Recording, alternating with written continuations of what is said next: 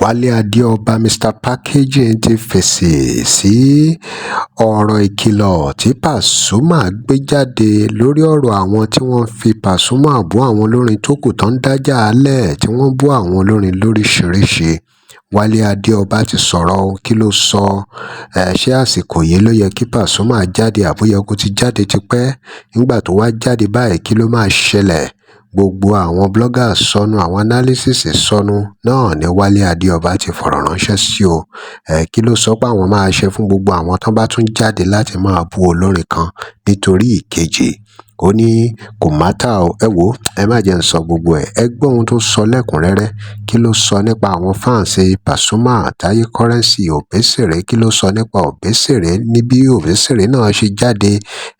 láti kìlọ̀ fún àwọn tí wọ́n ń dájà álẹ̀ láàrin àwọn olórin. Wálé Adéọba yànnàná ọ̀rọ̀ ń bì yìí ó lóun ò sí fún fracas ẹ gbọ́ báwo ló ṣe jẹ́ gangan ẹ gbọ́ ẹ̀kúnrẹ́rẹ́ lẹ́nu Wálé Adéọba. Ojúmọ́ orúkọ mi ni Wálé Adéọba Mr Packaging. Lágbára Ọlọ́run agbo Fuji kò ní bàjẹ́ agbo music entertainment industry lápapọ̀ ní Nàìjíríà náà kò ní bàjẹ́ o kò ní bàjẹ́ o kò ní bàjẹ́ lágbára Ọlọ́run. Inú gidi inú tó dáa that means a positive mind positive vibes lèmi gbé wá sí agboolé Fuji. Mo ti máa ń sọ bọ̀ máa tún repeat ẹ̀ pé èmi ò wá láti wá bà nǹkan jẹ́ mo wá láti wá túnṣe ni because ṣe rí àwọn tó máa ń sọ̀rọ̀ kiri yẹn àwọn tó máa ń wá followers àwọn tó máa ń wá kí àwọn kan sọ̀rọ̀ tó kọ́ lọ máa gbowó lórí stage àbí kó máa praise wọn káàkiri yẹn àwọn ni ó ń wá láti wá máa bà iṣẹ́ Fuji jẹ́ àwọn òdẹ̀ sí lára wọn. Ẹ̀dẹ̀ ń ṣe gbogbo yín máa ń ṣe mistake kan pé mistake tẹ́ ń ṣe ni pé ẹ máa ń da irú mi adúrú mi ẹ máa ń dà mí pọ̀ máa wọn wọ́nran àwọn ọmọ ẹran àwọn wọ́nran tó máa ń sọ̀rọ̀ yẹn máa ń dà wá pọ̀ ẹ mix wa papọ̀ ṣé níròrí ni because ẹ bá níròrí tẹ bá tiẹ̀ fẹ́ ṣe anything pé ẹ tiẹ̀ fẹ́ búyàn abẹ́ fẹ́ ṣe anything ẹ kọ́kọ́ lọ máa google ẹniyẹn náà ẹ̀yin tẹ máa ń sọ̀rọ̀ sókúsọ nìyẹn ẹ̀yin bloggers yẹn gan àtẹ̀yin tẹ máa ń comment yẹn ẹ kọ́kọ́ lọ máa google who is this person. Pastor lè jáde kó wá máa sọ̀rọ̀ nípa babaláwo àbí kó máa dífá lórí kinní náà babaláwo gan lè jáde kó wá gbé bẹ́ẹ̀bù pẹ̀lú aṣọ ògùn ẹ̀ kó lóun sọ ọ̀rọ̀ kinní náà tá lálẹ́sìnsìn babaláwo ló dá máa sọ̀rọ̀ ní ọ̀nà ifá ọ̀nà awo pásítọ̀ asọ̀rọ̀ náà lọ́wọ́ ẹ wá ń da babaláwo pọ̀ mọ́ pásítọ̀ ẹjọ́ báwo ló ṣe jọra. I'm not a blogger mo máa ń sọ kí nítorí ẹ̀ tẹ́ máa address me you a blogger I am not a blogger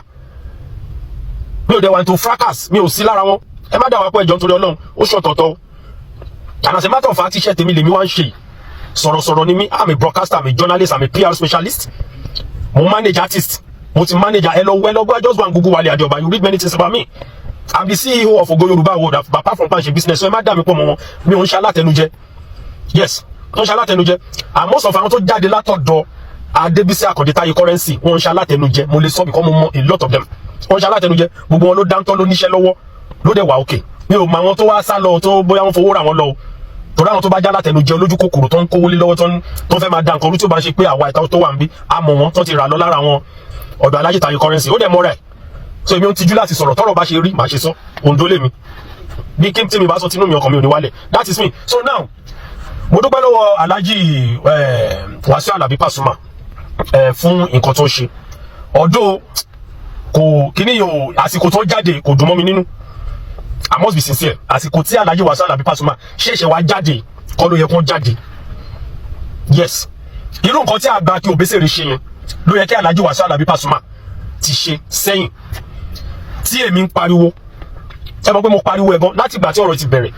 mo wọnú kéèsì láti November last year exactly 1 year this month ni mo ń pariwo pé Alhaji Wasiu Alabi Pasuma ẹ jáde láti kọ́ọ̀bù àwọn people ẹ jáde even boy tó ń bú Currency kiri torí kó fẹ́ dìde tó ń parọ́ kiri ńgbà yẹn ẹ ṣá gbogbo okay ó parọ́ kiri o kí gbèsè bí gbogbo nǹkan tó ń wá lọ gbogbo ẹ̀ tó jù báyìí lọ ni ibi tọ́nà bá máa gbéyànjú láyé adébẹ̀ ó jà fún ibi tẹ́yà adé kò dìgbà tó bá bára ẹ jẹ́ ó mọ ibi tó ti bára ẹ jẹ́ dé ó tọ̀rọ̀ lèmi máa sọ tèmi ó mọ àwọn tó ní ẹ sínú ó mọ ìdákùdà tó ti dá sílẹ̀ Ìbàdàn sí Ìbàdàn ṣẹ́ni tó wá gbé ẹ láti odidi Èkó tó wá tó forí gbogbo àwọn tó yẹ kó promote tó fi wọ́n sílẹ̀ táwọn yẹn náà ń ṣòṣì kiri wọn ò promote ara wọn ìwọ ẹnì kan náà wá focus torí pé òmè búbú lórí stage ó dẹ̀ rókó máa ṣe nǹkan bẹ́ẹ̀ yẹn mi á sọ tèmi sílẹ̀ ó rókó máa ṣe nǹkan tẹ́lẹ̀ oníbẹ̀sẹ̀ iwájú wàá yìí bá ẹ̀sán ẹ níwájú ìwọ tó jáde láti wá bú Táyé Currency tí ò ṣẹ tí ò rò ẹ tí ò wá burú sí ẹ tẹ̀dẹ̀ plan torí pé fẹ́ di nǹkan láyé àwọn kan náà support ẹ tó jẹ́ pé olórin làwọn náà tó yẹ kó mójútọ́rọ̀ ara wọn wọn ò mójútọ́rọ̀ ara wọn ìwọ òun ló ti tẹ̀ wọ́n lórí kọjá yẹn but tẹ́ńpọ́ tó bá ṣe àbòsí ọ̀tẹ̀ dìde nǹkan tó máa gbẹ̀yìn ẹ̀ sì máa gbẹ̀yìn ẹ̀ ọ̀rọ̀ tẹ́mi yìí sọ sílẹ̀ máa sọ so bó ṣe jẹ́ nìyẹn so now Alhaji Wasiu Alabi Pasuma ìgbà tó yẹ kẹ́ jáde tẹ́ jáde kọ́ ló yẹ kẹ́ jáde ọdún ẹ ti jáde àwọn kan tí òun rìnlẹ̀ mú sọ́ngbà pé kí ni kò múlẹ̀ okay ká ní nǹkan wá ti bàjẹ́ jù báyìí lọ nǹkan ká ní nǹkan tiẹ̀ ti fọ́jú pọ̀ nǹkan but nevertheless Alhaji Wasiu Alabi Pasuma ẹ mọ̀ pé èmi àtẹ̀yìn Obesere currency gbogbo wa mọ̀ra wa dáadáa ẹ̀gbọ́n mi dẹ̀ bá mi sọ̀rọ̀ gan ní industry yẹn Sọjí Ọmọ́táyọ̀ as so many things àwọn dẹ̀ reason pẹ̀lú ọ̀rọ̀ mi nǹkan kan tẹ́gbọ́n yẹn kọ́ máa sọ wálé má darapọ̀ máa fracas má darapọ̀ máa bloggers ẹ̀ yàtọ̀ kíní kan mo ní I know and I know what I'm doing you know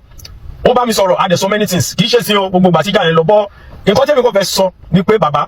next time ẹ má máa jẹ́ kí nǹkan bàjẹ́ tó báyìí Ọlọ́run ló yọ Alhaji Taye Currency Ọlọ́run ló wà lẹ́yìn Alhaji Taye Currency torí nǹkan tó ń plan fún gbogbo ayé ló mọ̀ láìṣẹ̀ láìrò ọ̀rọ̀ lè jẹ́jọ́ èèyàn kéèyàn má dá o láìṣẹ̀ láìrò ẹ̀tí wọ́n tún wá kó lórí Alhaji Taye Currency wọ́n á bọ́ sórí Obesere ẹ̀yin àgbààgbà yẹn ẹ̀yin náà àwọn gbogbo àwọn tó dẹ̀ ń ṣe kíní abẹ́ ẹ̀yin náà ń sá sí èmi ṣe ń gbọ́n sìn Pasuma kíní kan Pasuma èmi kò rò pé bàbá yìí ò ṣé bàbá yìí wá burú tó báyìí ni but thanks for the clarification that ẹ̀rìn ẹnì kankan ń ṣẹ́ ẹ̀ẹ́dẹ̀ bùn ẹnì kankan lówó èmi dẹ̀ believe yín bẹ́yẹn àwa gbọ́dọ̀ ti ṣèwádìí èmi gan fúnra mi you know my job as a journalist mo ṣèwádìí mo rí pé a lot of them lẹ́ẹ̀mọ̀ rí wọ́n ṣẹ̀ṣẹ̀ ń sọ̀rọ̀ tó bá ti sọ̀rọ̀ náà wá bá yín lórí stage although wọ́n ní àwọn tó jẹ́ pé they you know then ti kọ́ they were working on your behalf mentioning your name thinking they were doing you good àwa dẹ̀ sọ pé nǹkan tẹ̀ ń ṣe ó máa affect Alhaji Wasiu Alabi Pasuma ó máa affect image wọn but aṣáà dúpẹ́ ẹ jẹ́ ká kó lórí ẹ̀ so agbo Fuji kò ní dàrú ẹjọ́ tí nǹkan báyìí bá ti ṣẹlẹ̀ next time ẹ tètè máa jáde kẹ́ ẹ máa sọ̀rọ̀ kẹ́ ẹ máa kàmù Òṣùpá ti ṣerú ẹ̀rí ẹ má jẹ́ kó ṣe rí èmi tẹ́mi ṣe wà wọn ò lè má àwọn kan ò lè dìde kó dìde tó ṣe dìde sí Currency àti Obesere yẹn Kẹ́mi Wálé Adéọba kí má jáde kí má gbìjà yín má jáde má gbìjà yín because I know you too well Alhaji ò rí báyìí má jáde but wọ́n wá ń fáyà lórúkọ yín àwọn náà ló dá wàhálà ilẹ̀ wọ́n wá ń fáyà lórúkọ ẹ̀ Wasiu Alabi kò dáa ẹ wá dákẹ́ wá ń wò wọ́n bọ́ ẹ yá kó lórí ẹ̀ ẹ tó bá fẹ́ wá bú mi kó wá bú mi òótọ́ ọ̀rọ̀ yẹn lèmi á máa sọ mi ò wojú mi ò ṣe alátẹnujẹ mi ò dẹlẹ mi ò ṣe tó ń sọ̀rọ̀ tán tó máa wá tọrọ kọ́bọ̀ kiri lọ́wọ́ ẹnì kankan tọrọ bá ṣe rí màá ṣe sọ mi ò ṣe blogger so bàbá Alhaji Wasiu Alabi Pasuma ẹ máa pẹ́ fún wa gbogbo wọn tó ń sọ̀rọ̀ kiri ìgbà tó ń rìnà kọ́nà májò kan rìnà burú sí wa mélòó nu wọn lẹ́yìn woman kan báyìí tó jáde tó ń sunkún gidi àtàwọn kankan ọba arọ yẹn náà jáde ó sọ̀rọ̀ tí nǹkan bá ṣe rí màá ṣe sọ mélòó nu wọn tó sọ̀rọ̀ yẹn gbogbo wọn yẹn ló jáde in a serious way that is to say bàbá wọ́n fi orúkọ yín pa owó kiri ni wọ́n fi orúkọ yín build the page ni wọ́n dẹ̀ fi orúkọ yín wá owó kiri yes because wọ́n mọ̀ pé orúkọ yín wà ń bẹ̀ tó ṣe ń ṣe fún Alhaji Taye Currency náà nìyà àwọn kan tó ti rà lọ wọ́n ra ẹ̀wá iná wọ́n pè wá tó fẹ́ fún wa lówó gbogbo àwọn pípì ní kẹ́ bá sọ̀rọ̀ ẹ̀ má jì kan ba ojú PFC jẹ́ aṣíwájú ní gbogbo àwọn èèyàn wò yín wájú báyìí ní ẹjọ́ nítorí Ọlọ́run gbogbo àwọn tó ṣe ń dé tí kan gbégbó ọ̀ràn sójú mo ti ẹ̀ dúpẹ́ pé àwọn ọ̀gá ńlá ló ń fàyẹ̀ mo tún gbọ́ pé wọ́n ní wárápá ìyẹn The Wonder kan báyìí wọ́n ló ní wárápá irú yẹn jáde ó ń bu irú èmi ṣé ẹ lè tó àbílẹ̀ kẹrin mi àbábílẹ̀ karùn-ún mi ṣá The Wonder yẹn ó jáde Wálé Adéọba máa pè mí Ọlọ́run ajé kémi àti ẹ pàdé njọ́ kan lọ́jọ́ kan wà kọ́ pàdé mi àtọ̀lázì yẹn náà tó náà ní record kìíní kan yẹn sì yẹn wọ́n tẹ̀ bó jẹ́ 2 years lẹ́nìí mo sì máa ń sọ ẹni pé mo pàtì sẹ́gbẹ̀ kan nǹkan tó sọ́n pa mi ó lè bú mi o bọ̀pọ̀ lórí record kìíní kan recording kan wàá provide o àtọ̀rọ̀ school dropping out wàá provide prove ẹ mo sì wà lórí ọ̀rọ̀ ẹ máa sá kiri àárẹ̀ abalẹ̀ wàá kọ́ni síkún báyìí ni màá jẹ́ ká rẹ̀ balẹ̀ dáadáa èmi ò dáríjì ọ̀bẹ yẹn sọ náà wà pẹ̀lú gbogbo wa agbo Fuji ò ní bàjẹ́ let peace reign peace ẹ jọ peace ẹ jẹ́ kó reign nǹkan táwa wá preach nìyẹn tẹ́ mú wa bú ẹ jẹ́ kí peace reign Alhaji Wasiu Alabi Pasuma ti sọ̀rọ̀ Obesere ti sọ̀rọ̀ wọ́n ti represent gbogbo àwọn onífújì ẹ jẹ́ kí peace reign o ẹni tó bá tún wá jáde tó ń bú àwọn people látọ̀dọ̀ Paso látọ̀dọ̀ anybody even kọjọ́ Currency a máa wọ̀n wọ́n ní èpè ni o ọ̀rọ̀ burúkú la máa wọ̀n wọ́n ẹ̀yin analysis sọnù The Wonder yẹn oníjẹkújẹ ìwọ tó mọ̀ tán tó mọ̀ nǹkan tó kàn bẹ́ẹ̀ wá gbó fújì tó ń sọ̀rọ̀ ẹni àwọ̀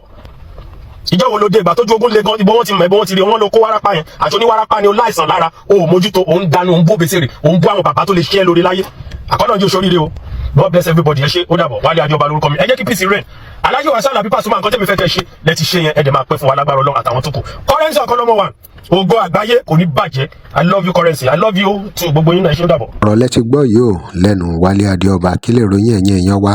kí lè rí sí gbogbo ohun tó sọ kalẹ̀ yìí ṣé bó ṣe yẹ kó rí náà ló ti sọ yẹn ẹ dá sí ẹ drop comment yín remember to like share and follow us thanks for watching alọ fún ìpolówó ọjà pé WhatsApp number page.